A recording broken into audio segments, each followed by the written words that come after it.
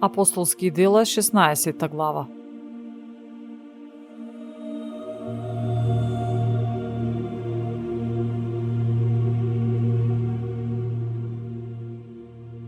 Тој пристигна во Дерва и Листра. И ете, таму живееше некој си ученик по име Тимотеј, син на јудејка која ја прифатија верата и на татко Елин. Тој ученик беше на добар глас меѓу браќата во Листра и Иконија. Павле посака да го земе со себе, затоа откако го зеде, го обреза поради јудејците кои живееа по тие места, зашто сите знаеа дека татко му е Елин. И додека минуваа низ градовите, тие им порачуваа на верните да пазат на одредбите, определени од апостолите и старешините во Ерусалим. И така, црквите се утврдуваа во верата, а и по број се зголемуваа секој ден. Така, тие ги преминаа Фригија и Галатискиот крај. Зашто не им беше допуштено од Светиот Дух да го проповедаат Словото во Азија. А кога дојдоа во Мизија, се обидоа да отидат во Витинија, но Духот на Исус не ги пушти. И кога ја напуштија Мизија, тие слегоа во Троада. Преку ноќта Павле имаше видение. Стоеше пред него еден човек, македонец, кој го молеше и му велеше: дојди во Македонија и помогни ни. По тоа видение веднаш посакавме да тргнеме за Македонија, бидејќи свативме дека Господ не повикал таму да го разгласуваме Евангелието. И така, откако отпловивме од Троада, стигнавме право во Самотраки, а утредента во Неапол и оттаму во Филипи. Тој е главен град во тој дел на Македонија и римска колонија. Во тој град престојувавме неколку дена. А во саботата излеговме надвор од градот покрај една река, каде што има обичај да се молат. И кога седнавме, им зборувавме на собраните жени. И една богобојазлива жена од градот Тијатир, по име Лидија, која продаваше црвени ткаени, ни слушаше. И Господ и го отвори срцето да внимава на она што го зборуваше Павле. А кога беше крстена, таа и незините домашни не замоли и рече: ако сте ме признале за верна на Господа, тогаш влезете во мојата куќа и престојувајте во неа. И не принуди. Еднаш, кога одевме на молитва, по патот не сретна една слугинка која имаше гатачки дух. Таа на господарите своји им донесуваше големи приходи од гатањето.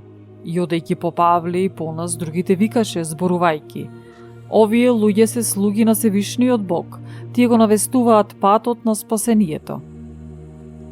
Ова го правеше таа многу дни. И кога му здодеа на Павле, тој се сврте и му рече на духот: ти заповедам во името на Исус Христос, излези од неа. Излезе во истиот час. Штом видоа господарите незини дека пропадна надежда за нивното богатење, ги фатија Павле и Сила и ги довлечкаа на плоштадот кај началниците.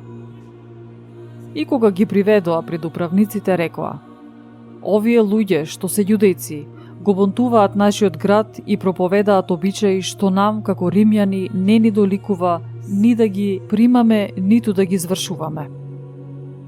Тогаш се нафрли на нив народот, а управниците, штом им ги раскинаа лиштата, започнаа да ги тепаат со стапови. И откако ги спотепаа многу, ги фрлија в затвор, а на затворскиот стражар му наредија да ги чува добро. А стражарот, штом прими таква заповед, ги фрли во повнатрешниот дел од затворот и нозете им ги стегна во клада. На полноќ пак Павле и Сила се молеа и го славеа Бога, а затворениците ги слушаа. Одеднаш настана голем потрес, така што и темелите на затворот се поместија и веднаш се отворија сите врати и оковите на сите отпаднаа. А стражарот на затворот, кога дојде при свест и ги виде вратите на затворот отворени, извади меч и сакаше да се убие, зашто помисли дека затворениците избегале. Но Павле викна со силен глас и рече: не задавај си врз себе никакво зло, бидејќи сите сме овде. А тој побара светло, истрче и растреперен падна пред Павле и Сила. Па откако ги изведе надвор, рече: Господари, што треба да направам па да се спасам? А тие му одговорија: Поверувај во Господ Исус Христос и ќе се спасиш ти и целиот твој дом. И му го проповедаа словото Господово нему и на сите што беа со него во куќата негова. Во истиот час, таа ноќ, тој ги прими дома, им ги изми раните. Потоа веднаш беше крстен тој самиот и сите негови домашни. Тогаш ги одведе горе во својата куќа, постави трпеза и се зарадува со целиот свој дом, зашто поверува во Бога. А кога осамна, војводите пратија судски служители кои рекоа: Пушти ги оние луѓе. Затворскиот стражар му соопшти за тоа на Павле: Градските судии пратија да ве ослободам, затоа излезете сите и одете си со мир. Но Павле им рече: Зарем откако нас, римски граѓани, не бија пред народот без суд и не фрлија в затвор, сакат сега тајно да не пуштат? Не, нека дојдат и сами нека не изведат. Градските служители им го кажаа тоа на градските судии, а тие се уплашија кога слушнаа дека се тие римски граѓани. И дојдоа, па се извинуваа пред нив, ги сведоа и ги замолија да излезат од градот. А тие, што ми излегоа од затворот, отидоа во домот на Лидија. Ги видоа браќата, ги утешија и си тргнаа.